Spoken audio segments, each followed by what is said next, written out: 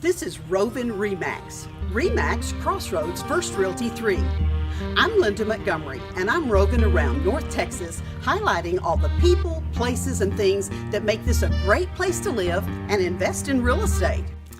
Joining us today is Scott Drescher with Highlands Residential Mortgage. Hello, Scott. Hi, Thank you for Linda. being here again today. Thank you for having me.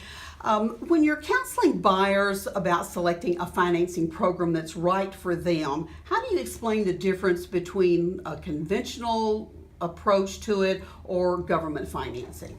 Good question. Most people consider that a government financing program is going to be there for a backstop if they can't get a conventional mortgage. Because usually the government tries to make those mortgages beneficial in some way or another. And so, for example, if you're going to put 20% down or more, then you're probably going to want to do conventional financing because your government programs have extra fees. But let's just say, for example, that you are low to moderate income, you may have some credit issues, then FHA is a government program that's designed for low to moderate income people who have some challenges. And they actually push them away from FHA. They want them to go to conventional. That's what they've told us at HUD. VA, Veterans Administration loans. Those are specifically to reward veterans. Certainly. And so, but they do have a fee. And so if you're going to put 20% down, maybe you don't want to use a VA program because you don't want to have to pay that funding fee, the government fee that comes with having a VA guaranteed loan. So basically what it comes back to is that those programs are there, but they have either mortgage insurance or a funding fee, a guarantee fee. USDA is another government program for people out in rural areas, and those too carry a big upfront fee and then an annual fee for guaranteeing the loan to the lender. I see. Well, what are some of the perceived misconceptions about the different methods of financing? It's such a great question because in our area, I don't know about every area in the country, but in our area in North Texas, some realtors and sellers push back against, for example, a VA loan or an FHA loan because they might have experienced something 20 years ago or 15 years ago, or worse, they never experienced anything bad. They heard about it from somebody in the office. Very common. Right. And so what you have to know is that nowadays, a good lender does them well. So for example, at Highlands, we're going to get them all done quickly and easily. There's really not much of a difference between them when it comes to getting a process underwritten, closed, and funded. You have a little bit more strict appraisal approach in terms of the property condition for FHA and VA, but that's usually not a problem. I would say 99.9% of the time, that's not an issue. So really what we should be saying is let the buyer come with whatever financing works best and negotiate the best deal for the seller.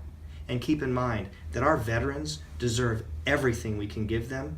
Never push away a veteran who's bringing a VA loan because we appreciate their service and they deserve the opportunity to buy a house. Certainly, absolutely correct.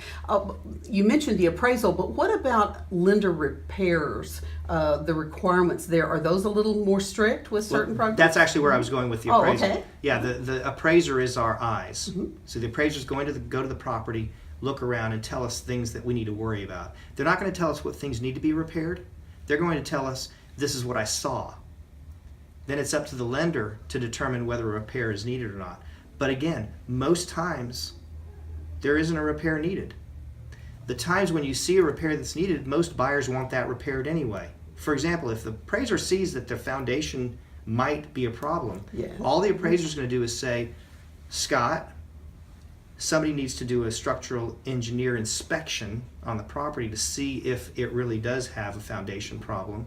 And then if it does, it behooves the buyer to get that repaired, and the lender's going to say, we're not going to do that loan and lesson until you do get it repaired, or we roll it into the financing like we might with a 203K loan.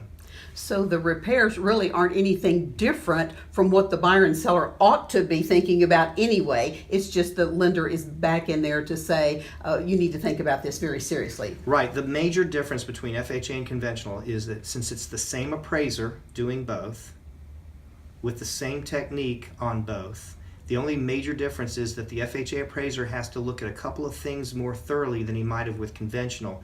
Might go further into the attic, might look better underneath the foundation if it's a pier and beam, or there are a couple other things that they might look at a little bit closer, But again, for the most part, those are things that people should see and should know anyway. Excellent, excellent advice. We've certainly learned a lot about that today. Well, of course, we encourage you to get your own advice from your own lender, but thank you so much, Scott, for being here today. And thank you.